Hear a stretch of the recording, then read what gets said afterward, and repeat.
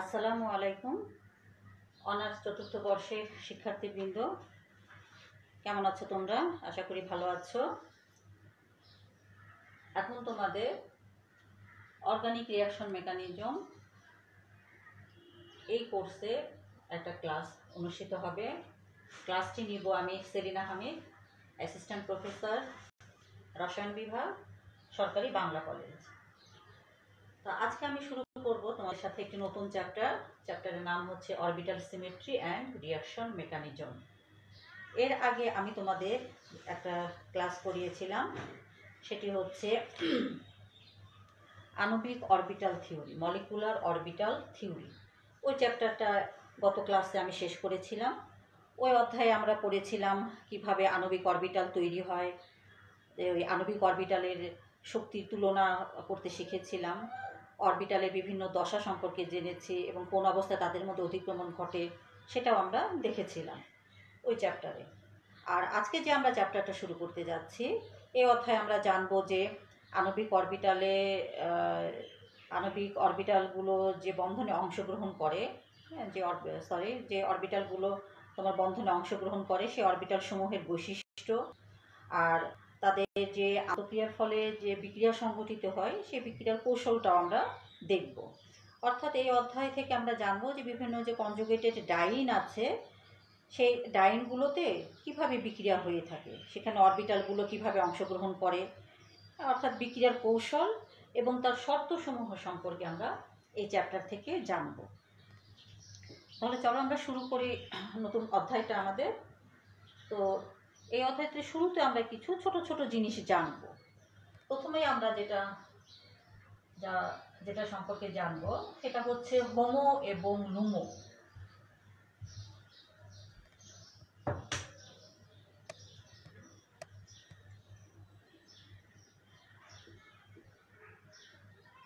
Homo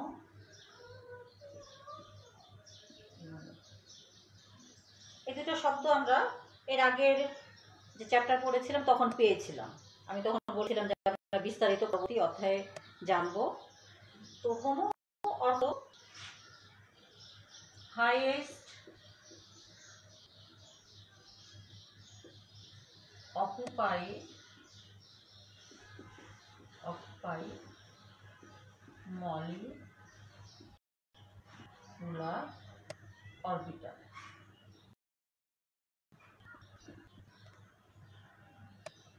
আর লুমো অর্থ হচ্ছে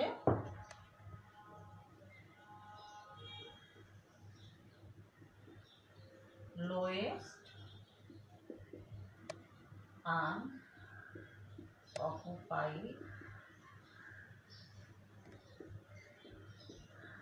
molecular orbital। বাংলায় যদি আমরা বলি তাহলে এটা হচ্ছে সর্বাধিক অধিকৃত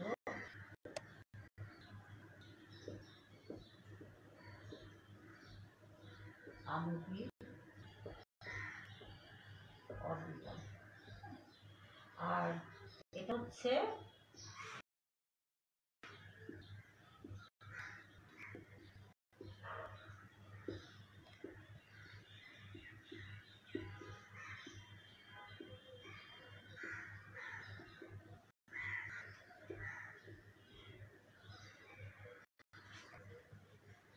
Homo highest occupied molecular orbital. বাংলায় এবার যেটা বলছি সর্বাধিক অধিকৃত, অধিকৃত অর্থাৎ ধারণকৃত আণবিক অরবিটাল।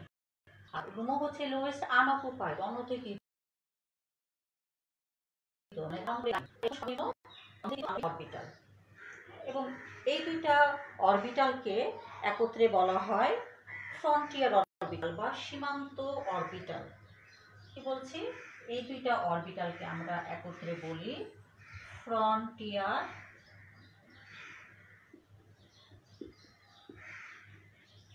ফ্রন্টিয়ার অরবিটাল, বা আমরা এটাকে বলি সীমান্ত অরবিটাল। এটা তোমাদের পরীক্ষায় আসে, হোমো লুমো কাকে বলে। আবার ফ্রন্টিয়ার অরবিটাল বা সীমান্ত অরবিটাল বলতে কি বুঝো সেটাও পরীক্ষায় আসে, ভালোভাবে তোমরা জেনে রাখবা। এখন দেখো যে সর্বাধিক অধিকৃত আণবিক অরবিটাল এবং লোয়েস্ট আনঅকুপাইড মলিকুলার অরবিটাল, এই দুইটা অরবিটাল কিভাবে কিসের ভিত্তিতে আমরা নির্ধারণ করব? এখানে যে পাই ইলেকট্রন আছে, একটা সিস্টেমে যে পাই ইলেকট্রন আছে তার ভিত্তিতে কিন্তু হোমো এবং লুমো নির্ধারণ করা হয়ে থাকে। আবারও খেয়াল করো, এটা কোন ইলেকট্রন দিয়ে নির্ধারিত হবে যে কোনটা হোমো এবং কোনটা লুমো? এটা হচ্ছে সেই আণবিক অরবিটালটা হোমো হবে পাই ইলেকট্রনের ক্ষেত্রে, যেটা হাইয়েস্ট অকুপাইড, যেটা সর্বাধিক অধিকৃত, হ্যাঁ, সর্বোচ্চ শক্তির যে অধিকৃত অরবিটাল। আর লুমো হচ্ছে সর্বনিম্ন শক্তির যে অনধিকৃত অরবিটাল, যেখানে ইলেকট্রন নাই। আমরা একটু উদাহরণ সহ দেখব।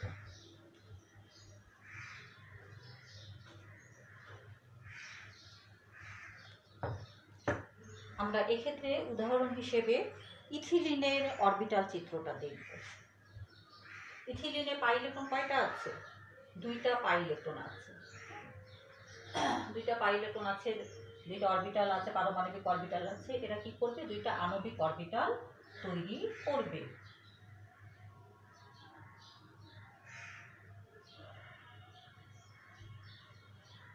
এদিকে শক্তি, তাই না?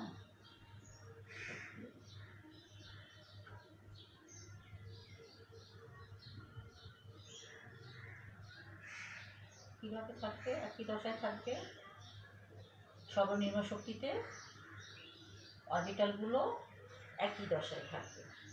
আর এখানে তারা পাশাপাশি অবস্থান করবে বিপরীত দশায়। এভাবে আমরা দেখি, এটা হচ্ছে এর আণবিক অরবিটাল। এখন ইলেকট্রন বিন্যাসটা আমরা দেখব। এই হচ্ছে ইলেকট্রন, দুইটা পাই ইলেকট্রন আছে। এটা ভূমি স্তরে গ্রাউন্ড স্টেটে, ভূমি স্তরে ইলেকট্রন বিন্যাস। গ্রাউন্ড স্টেটে তারা কিভাবে ইলেকট্রনগুলো বিন্যস্ত হয়ে থাকে। দুইটা ইলেকট্রন আছে, তাহলে এখানে কি আছে? এই এভাবে আমরা দেখাচ্ছি। তো দেখো যে এখানে দুইটা ইলেকট্রন এই আণবিক অরবিটাল, সর্বনিম্ন যে আমাদের যে আণবিক অরবিটাল সেটাকে আমরা আবার কি দিয়ে প্রকাশ করি? আমরা আগে চ্যাপ্টার আমরা পড়েছিলাম, এটাকে যদি আমরা সাই ওয়ান বলি, এটাকে যদি আমরা এইগুলো আমরা করলাম যে এই হচ্ছে সাই ওয়ান একটা হচ্ছে আণবিক অরবিটাল, সাই টু একটা আণবিক অরবিটাল। এটা সর্বনিম্ন অরবিটাল, কারণ এদের মাঝে কি হচ্ছে? অধিক্রমণ হচ্ছে, যেহেতু তারা একই দশায় আছে, পাশাপাশি তারা একই অবস্থায় দশায় আছে, এদের মধ্যে রৈখিক একটা অধিক্রমণ ঘটে আণবিক অরবিটাল তৈরি করছে। সুতরাং এদের শক্তিটা কি হবে? নিচে হবে, সর্বনিম্ন শক্তির হবে, শক্তির স্তরটা। এখানে যে ইলেকট্রনটা আছে তাহলে গ্রাউন্ড স্টেট ইলেকট্রন বিন্যাস সেরকম, এখানে দুইটা ইলেকট্রন আছে। এখন এই আণবিক অরবিটালে দেখো যে দুইটা যে আণবিক অরবিটাল আমরা দেখছি, এখানে ইলেকট্রন আছে এই জায়গায়, একটাই এখানে স্তর, তাই না? একটাই স্তর আছে, এখানে ইলেকট্রন আছে, তাহলে এটাকে আমরা কি বলবো? এটা হবে আমাদের হোমো, কারণ এখানে আমাদের ইলেকট্রন আছে। আর ইলেকট্রন নাই কোথায়? লোয়েস্ট আনঅকুপাইড, যেহেতু একটাই আমাদের এখানে অরবিটাল আছে, আমরা তুলনা করতে পারছি না যে কোনটা বেশি শক্তি কোনটা কম শক্তি। এটাই হবে আমাদের লুমো, আনঅকুপাইড, যেখানে ইলেকট্রন নাই। লুমোর ক্ষেত্রে আমরা বিবেচনা করবো সেই অরবিটালগুলো যেখানে ইলেকট্রন নাই, সেখানে মাত্র আমরা কম্পেয়ার করে দেখবো যে সর্বনিম্ন শক্তির কোনটা। আর হোমোর ক্ষেত্রে আমরা সেই আণবিক অরবিটালগুলো কনসিডার করব যেখানে যে অরবিটালগুলোতে ইলেকট্রন আছে। তাহলে এটা হবে ইথিলিনের ক্ষেত্রে, এটা হবে আমাদের লুমো। ঠিক আছে, আমরা আরো একটা উদাহরণ দেখি, তাহলে সেখানে তোমাদের আরো জিনিসটা ক্লিয়ার হবে। তোমাদের পরীক্ষায় কিন্তু আসে যে ইথিলিন কিংবা 1,3-বিউটাডাইন, 1,3,5-হেক্সাট্রাইন, এদের কিন্তু তোমার হোমো এবং লুমো গ্রাউন্ড স্টেটে আসে কিংবা এক্সাইটেড স্টেটে দেখাইতে বলে। সুতরাং আমাদের এগুলো জানতে হবে। এখন আমরা দেখব 1,3-বিউটাডাইনের, ঠিক আছে? 1,3-বিউটাডাইনের এটা আমরা একটু দেখি। এখানে 1,3-বিউটাডাইনের দ্বিবন্ধন আছে আমাদের দুইটা, পাই ইলেকট্রন কয়টা আছে? 4টা পাই ইলেকট্রন আছে, এবং 4টা প্রি অরবিটাল কি করবে? পারমাণবিক অরবিটাল 4টা আণবিক অরবিটাল তৈরি করবে। তাহলে আমরা 4টা আণবিক অরবিটাল তৈরি করি, 1, 2, 3, 4,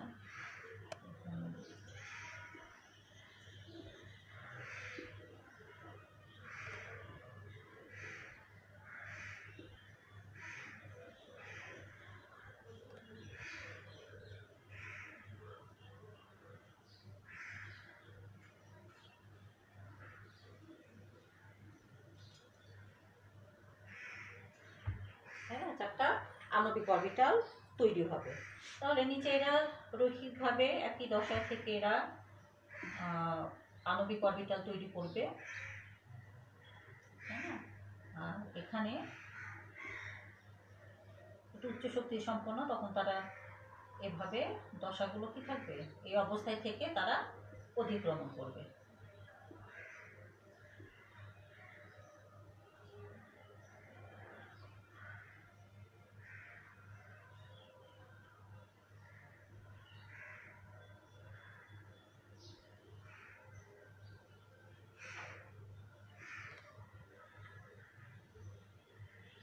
এভাবে হয়, তাই না? আমরা এর আগের অধ্যায়ে আমরা দেখেছিলাম।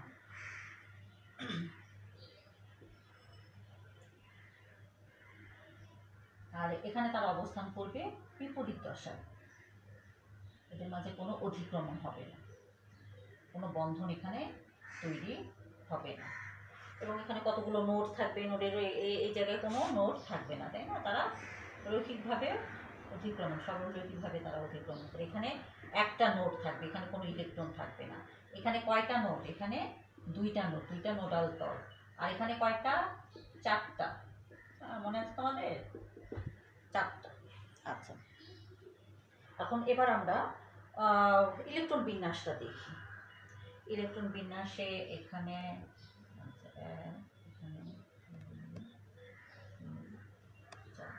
এখানে আমরা এটা দিচ্ছি আমরা গ্রাউন্ড স্টেটে বা ভূমি স্তর, আর এটা আমরা দেখি এক্সাইটেড স্টেটে ইলেকট্রন বিন্যাস কেমন হবে বা উত্তেজিত অবস্থা।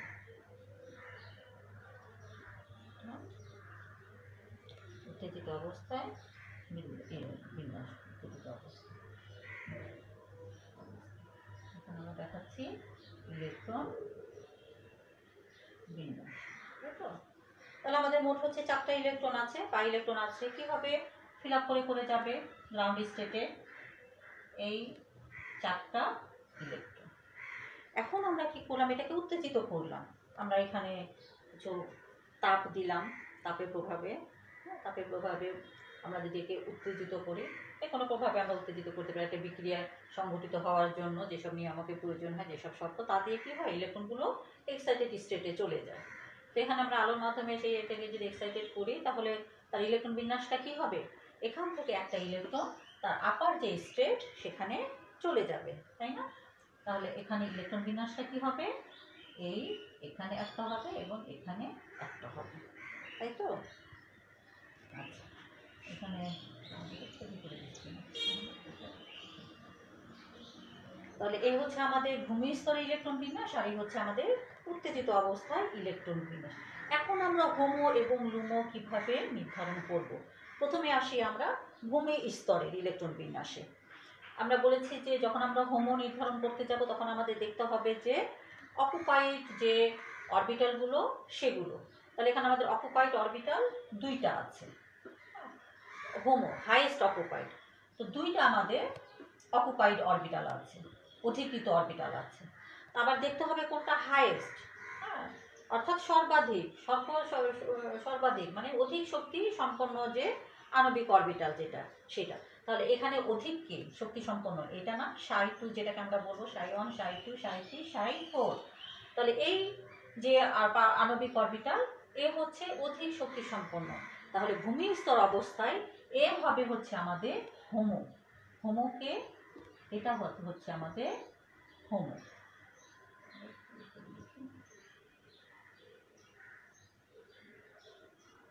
এটা হচ্ছে আমাদের হোমো। আর আমরা যদি লোমো বের করতে যাই, ঠিক আছে, তখন আমরা বলেছি যে আনঅকুপাইড মলিকুলার অরবিটালগুলো আমাদের বিবেচনায় আনতে হবে। এখানে দেখা যাচ্ছে যে আনঅকুপাইড মলিকুলার অরবিটাল আছে 2টা। তাহলে 2টার মধ্যে দেখতে হবে কোনটা লুমো, লোয়েস্ট আনঅকুপাইড, সর্বনিম্ন শক্তি সম্পন্ন। 2টার মধ্যে এটা উচ্চ শক্তির, এটা নিম্ন শক্তির। তাহলে নিম্ন শক্তির এবং আনঅকুপাইড, যেখানে কোনো ইলেকট্রন নাই। তাহলে এক্ষেত্রে এ হবে হচ্ছে আমাদের লুমো। ক্লিয়ার হয়েছে? আবারও বলছি যে 2টা আণবিক অরবিটাল আছে, এটা হচ্ছে অধিক শক্তি সম্পন্ন। তাহলে এটা হচ্ছে আমাদের হাইয়েস্ট অকুপাইড মলিকুলার অরবিটাল। আর অনুত্তেজিত মানে যেখানে ইলেকট্রন নাই এরকম অরবিটালগুলো যখন আমরা বিবেচনা করছি তখন দেখা যাচ্ছে যে লোয়েস্ট মানে সর্বনিম্ন শক্তির যে অরবিটাল সেটা হচ্ছে এটা, তাহলে এটা হবে আমাদের লুমো। আর উত্তেজিত অবস্থায় কি হবে? উত্তেজিত অবস্থায় আমরা যখন হোমো বের করতে যাচ্ছি তখন আমরা ইলেকট্রন সম্পন্ন ইলেকট্রন ধারণকৃত যে অরবিটালগুলো সেগুলো খেয়াল করি। এরকম অরবিটাল আছে আমাদের এখানে তিনটার মধ্যে সর্বোচ্চ শক্তি সম্পন্ন কে? এইটা, হ্যাঁ, যেটা কিনা কি ছিল, গ্রাউন্ড স্টেটের লুমো ছিল, ঠিক না? তো এই তিনটার মধ্যে সর্বোচ্চ শক্তি অকুপাইড অরবিটাল হচ্ছে আমাদের এইটা। তাহলে উত্তেজিত অবস্থায় আমরা বলতে পারি এটা হচ্ছে আমাদের হোমো। আচ্ছা, এবার আমরা দেখি লুমোতে যাই। আনঅকুপাইড মলিকুলার অরবিটাল এখানে আমাদের একটাই আছে, তাহলে এটা হয়ে যাবে আমাদের লুমো। ঠিক আছে, তাহলে ভূমি স্তর অবস্থা এবং উত্তেজিত অবস্থায় দেখা যাচ্ছে যে হোমো এবং লুমো কিন্তু এক হবে না। ইলেকট্রন যদি আমাদের এক্সাইটেড অবস্থায় যদি স্তর চেঞ্জ করে, হ্যাঁ, তাহলে কি হবে, তোমার স্তর যদি সে চেঞ্জ করে, পরিবর্তন করে, তার অধিক শক্তি সম্পন্ন অরবিটালে সে যদি জাম্প করে তখন হোমো এবং লুমো কিন্তু পরিবর্তন হয়ে যাচ্ছে। এখানে হোমো ছিল এটা, আর একে দেখো উত্তেজিত অবস্থায় কি হয়ে যাচ্ছে, এ অবস্থায় ভূমিস্তর অবস্থায় যে লুমো ছিল সে কিন্তু উত্তেজিত অবস্থায় হোমো হয়ে যাচ্ছে। তাহলে আশা করি তোমরা বুঝতে পেরেছো এই জিনিসটা।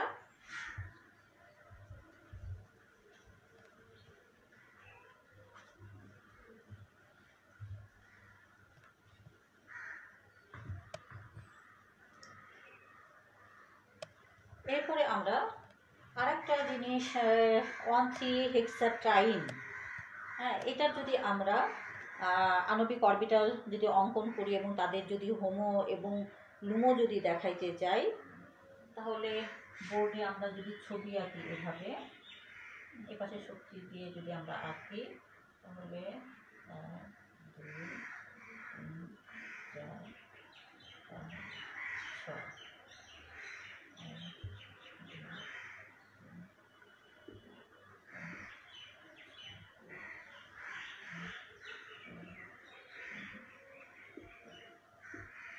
এবার আমরা দেখছি কিন্তু 1,3,5-হেক্সাট্রাইন এই ক্ষেত্রে আমরা দেখছি।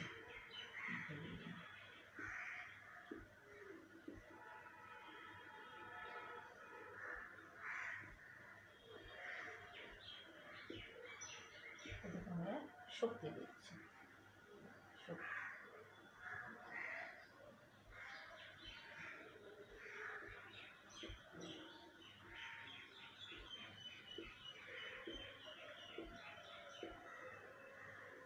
এখানে আণবিক অরবিটাল কিভাবে তৈরি করে তোমরা জেনেছো, এর আগে আমরা দেখেছিলাম যে এখানে কি হয়েছিল, এটা সরলরূপে কিভাবে হবে, তারপরে উপরের যে শক্তি স্তর যখন যাবে তখন তাদের ইয়েটা এরকম হবে, অরবিটালের দশা এভাবে থেকে তারা অতিক্রমণ করবে।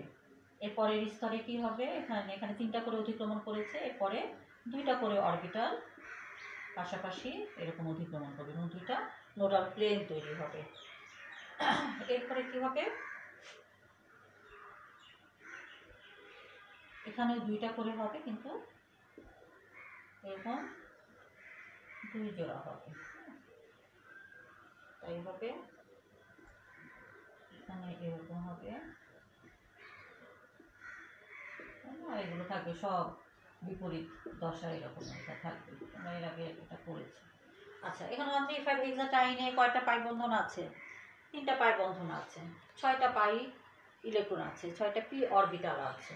তো 6টা ইলেকট্রনকে আমরা যদি দেখাইতে যাই, হ্যাঁ, এখানে কি আমাদের নোডাল প্লেন নাই, এখানে আছে একটা, এখানে একটা, 2টা, এখানে একটা, 2টা, 3টা, এখানে একটা, 2টা, 3টা, 4টা, একটা, 2টা, 3টা, 4টা, 5টা, এরকম নোডাল প্লেন এখানে থাকবে।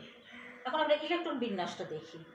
ভূমি অবস্থায় আমরা ইলেকট্রন বিন্যাস দেখবো, আর উত্তেজিত অবস্থায় আমরা ইলেকট্রন বিন্যাস দেবো। 3, 4, 5, 6, এটা হচ্ছে আমাদের ভূমি অবস্থায়, তাই না? ভূমি স্তর।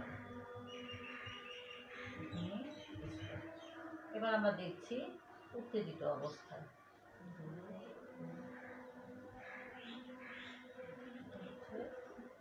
উত্তেজিত অবস্থায় ইলেকট্রন বিন্যাস। তাহলে 6টা ইলেকট্রনকে আমরা গ্রাউন্ড স্টেটে কিভাবে দেখাবো? 1 2 3 4 5 6, তাই না? এভাবে আমরা দেখাবো।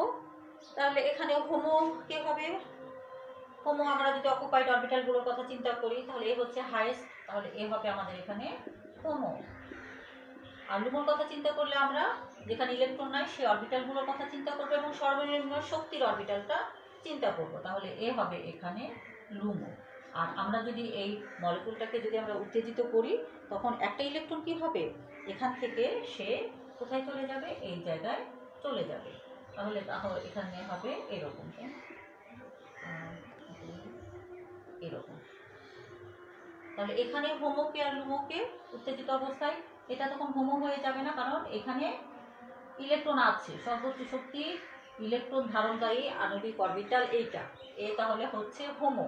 আর লুমোকে দুইটা আমাদের আনঅকুপাইড অরবিটাল আছে, এর মাঝে সর্বনিম্ন শক্তি হচ্ছে এইটা, তাহলে এটা হবে আমাদের লুমো। আশা করি তোমরা হোমো এবং লুমো ক্লিয়ারলি বুঝেছো আর তোমাদের সমস্যা হবে না।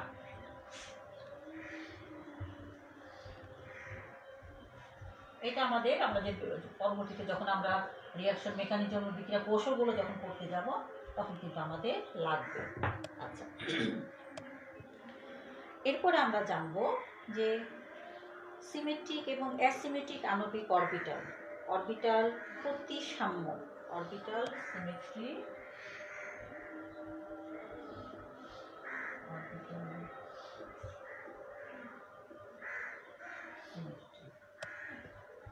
অরবিটাল সিমেট্রির মধ্যে অ্যাসিমেট্রি,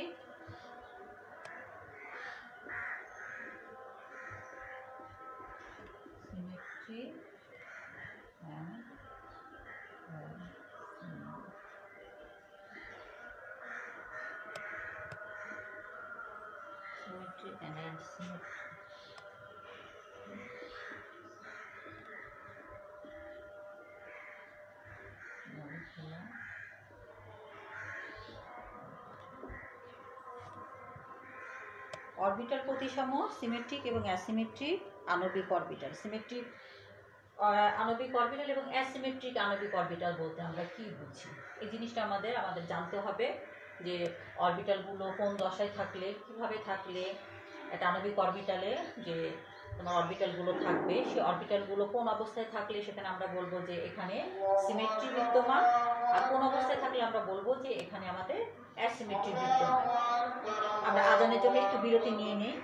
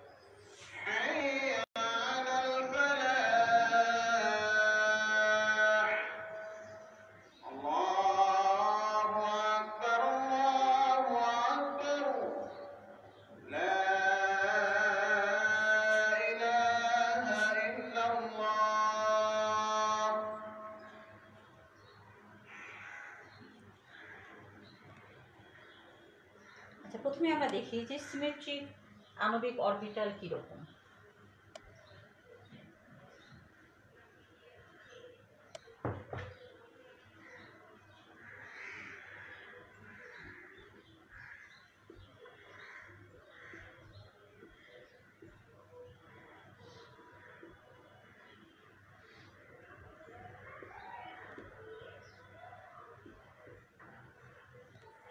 আমরা একটা চিত্র দেখি, তাহলে তোমরা এটা আরো ভালোভাবে বুঝতে পারবে।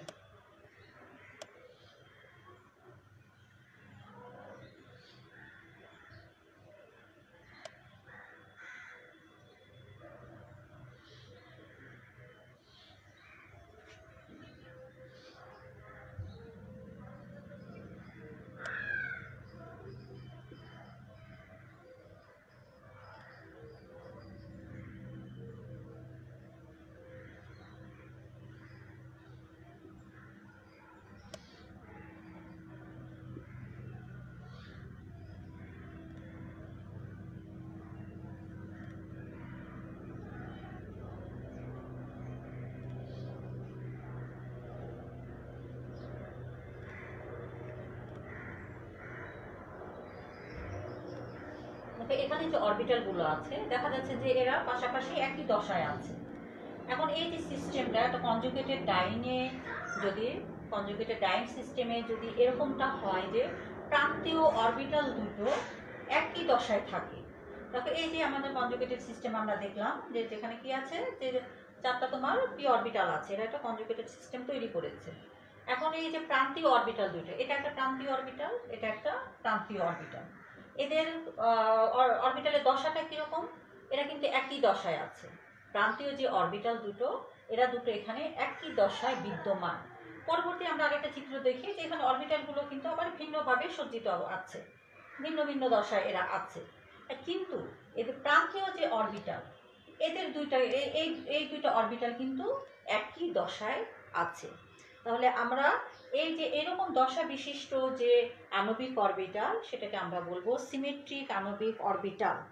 হ্যাঁ, তাহলে আমরা কি বলতে পারি যে একান্তরিত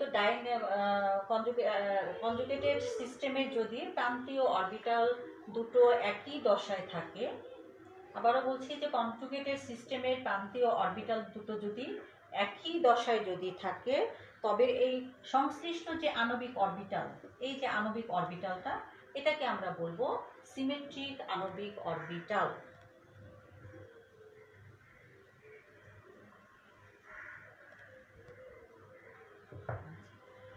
আর আমরা অ্যাসিমেট্রিক আণবিক অরবিটাল কাকে বলবো, এখানে আমরা যদি লিখি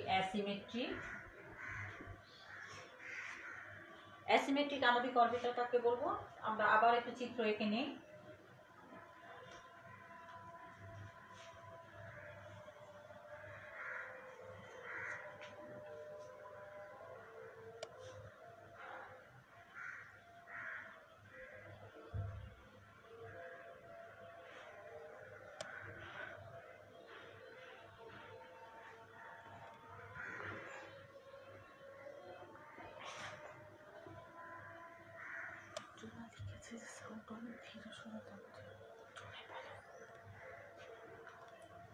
আরেকভাবে অরবিটাল গুলো থাকতে পারে।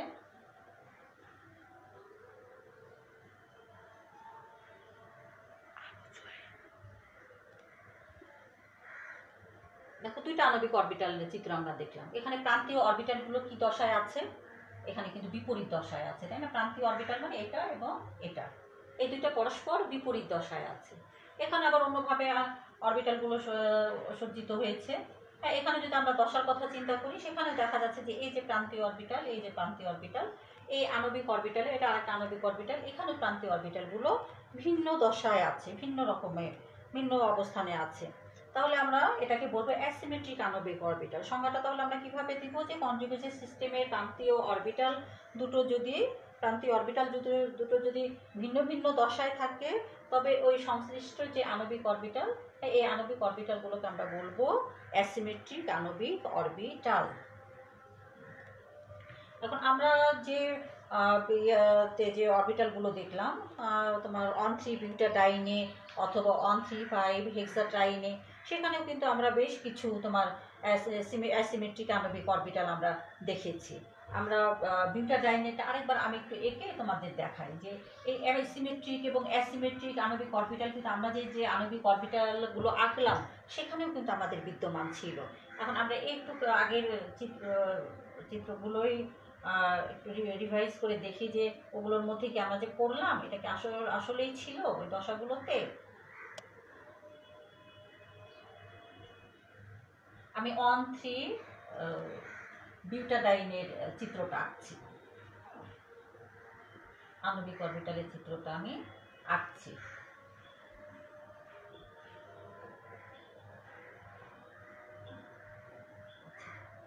এরা তো এভাবেই ছিল রাউন্ড স্টেটে, তারপরে কি ছিল, এরকম ছিল, তাই না? তারপরে কেমন ছিল,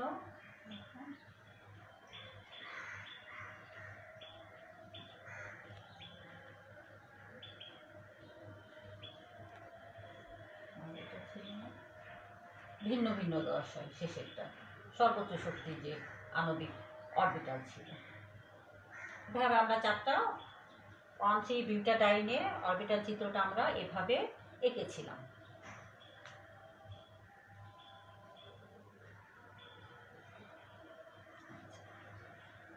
এখন এখানে দেখো তো যে আমরা প্রান্তীয় অরবিটালের কথা যদি চিন্তা করি, এটা এবং এটা একই দশায় আছে, তার মানে এটা হচ্ছে আমাদের সিমেট্রিক আণবিক অরবিটাল। আমি সংক্ষেপে একটা শুধু একটু লিখে দিচ্ছি।